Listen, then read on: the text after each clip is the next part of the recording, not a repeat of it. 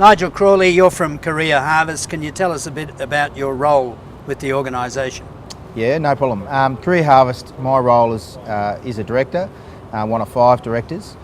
Career Harvest is a not-for-profit organisation that essentially is designed to give information to school students and university students about the career pathways and opportunities available in food and fibre, but also provides information about where you can study courses to give you qualifications that are relevant for positions. So it's an exciting, I guess, project or organisation to be involved in the fact that it's something that has industry support. We've got close to 30 sponsors now. I don't think we've had one organisation that hasn't wanted to be involved to this point, and we're only just sort of still in the early stages of rolling it out. So hopefully it continues, and it's I guess a proactive step that industry can contribute to, but it's really about providing information to students.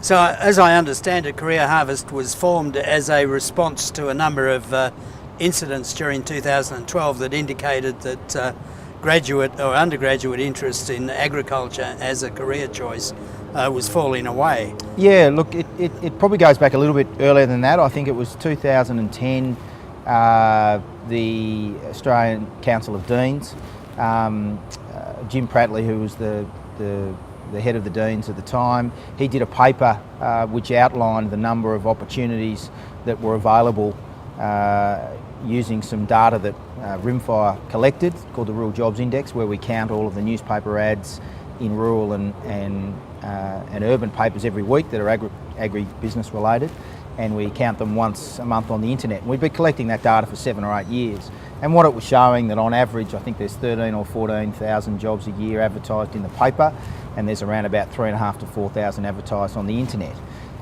Then when you look at the low graduate numbers that we had been experienced in agribusiness or in agricultural courses, there was a disparity between the number of students coming out and the opportunities. So the Deans proactively sourced some funds from DAF and put together a website which was provided information to students about those careers. So last year, I guess, Rimfire and also Red Handed, which is an agribusiness communications group, saw a great opportunity to, rather than reinvent the wheel, let's perhaps take the site which was launched. It was well set up, but there was a few things that we thought we could help improve it to relaunch it if you like. So we did that towards the end of last year, and yeah, it was successful, and it continues to grow. I think from memory the Council of Agricultural Deans have said there are 4,000 or 8,000 jobs in agriculture go unfilled every year. Is that an accurate figure, or which of those figures is more accurate?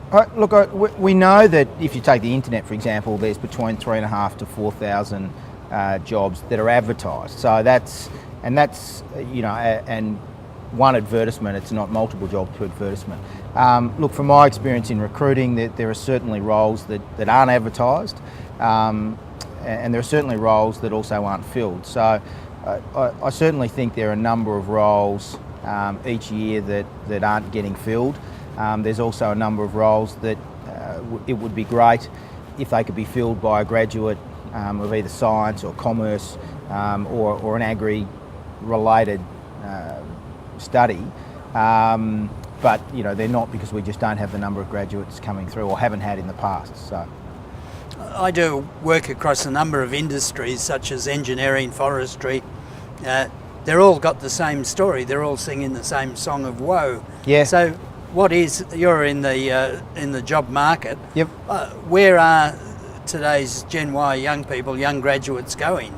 Well, look, some of the research we did around Career Harvest, and the reality is we're pitching to years 9, 10, 11 and 12 at school, and also university students.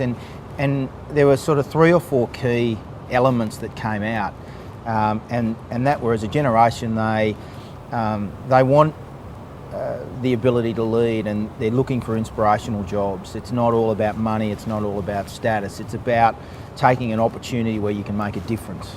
So certainly one of the key themes that came out was, I want to be able to contribute to help feeding the world. I want to lead and inspire others. I want to work in a very different types of roles. And so, Nigel, just briefly, wearing your other hat at Rimfire Resources, how do you describe the strength of the job market in terms of demand and supply in agriculture and agribusiness today in Australia? Look, there's certainly a strong demand for candidates across all areas of agribusiness. We work, I guess, across the various sectors within agribusiness. We're seeing demand for candidates across all of those sectors, but also it might be in sales, marketing, technical roles particularly. We do an agribusiness salary review and have done for 10 or 12 years, and we assess all of the salary data and give that back to industry.